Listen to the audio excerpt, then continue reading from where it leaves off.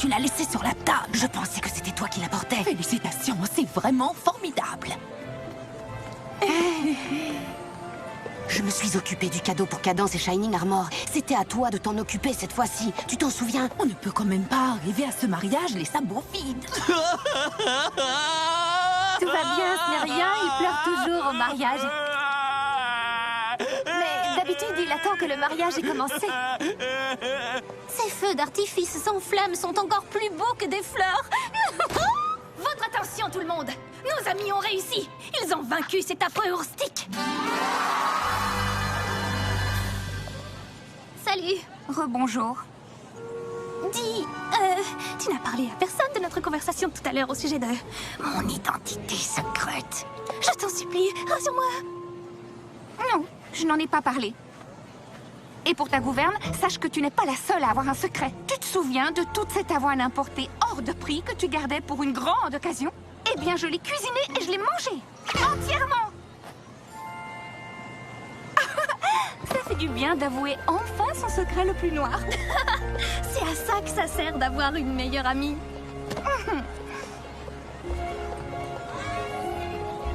La prochaine fois, tu n'auras qu'à prendre ton propre cadeau. Et moi, j'en prendrai un de mon côté. Très bien. Ah, te voilà! Mon costume a disparu. Il ne me restait plus que cette écharpe. Comment tu me trouves? Je crois que tu n'as jamais été aussi beau. Nom d'un sinus et d'un cosinus. Regarde l'heure! Vite, allons à l'intérieur. Je ne veux pas manquer le début. Je n'arrive pas à croire que j'ai perdu ma perruque aujourd'hui.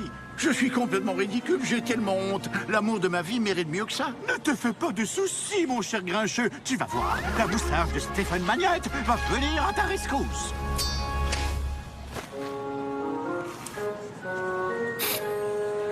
Merci, c'est toi le meilleur.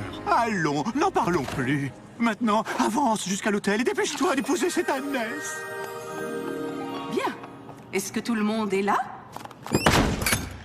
Tout est prêt, Madame le maire. Mes chers amis, nous sommes tous rassemblés aujourd'hui pour assister à l'union sacrée de ces deux êtres. En regardant autour de moi, je me dis qu'on ne peut qu'imaginer à quel point Grincheux est mal à l'aise dans son costume.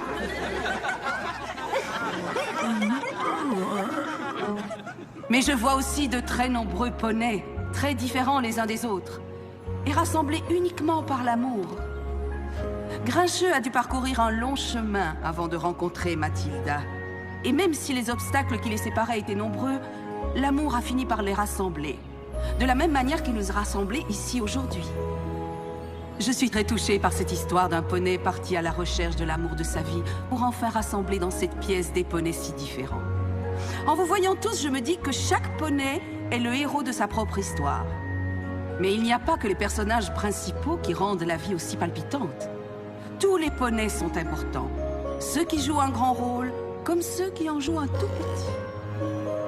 Sans l'intervention de tous les poneys qui sont ici et de très nombreux autres qui n'ont pas pu venir, la vie de Grincheux et Mathilda ne serait pas aussi bien remplie, ni aussi intense qu'elle l'est. Et donc, face à tous ces êtres chers, mon cher Grincheux, acceptes-tu de faire de cette ânesse ta femme adorée pour le meilleur et pour le pire? Alors ça, carrément. Et toi, Mathilda, acceptes-tu de faire de cet âne ton mari adoré pour le meilleur et pour le pire? Oui, bien sûr. Dans ce cas, j'ai l'honneur de vous annoncer que vous êtes à partir de maintenant mari et femme.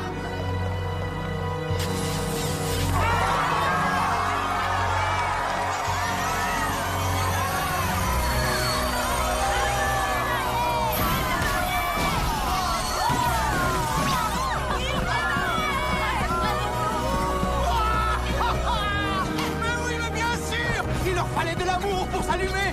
Comment n'y ai-je pas pensé avant?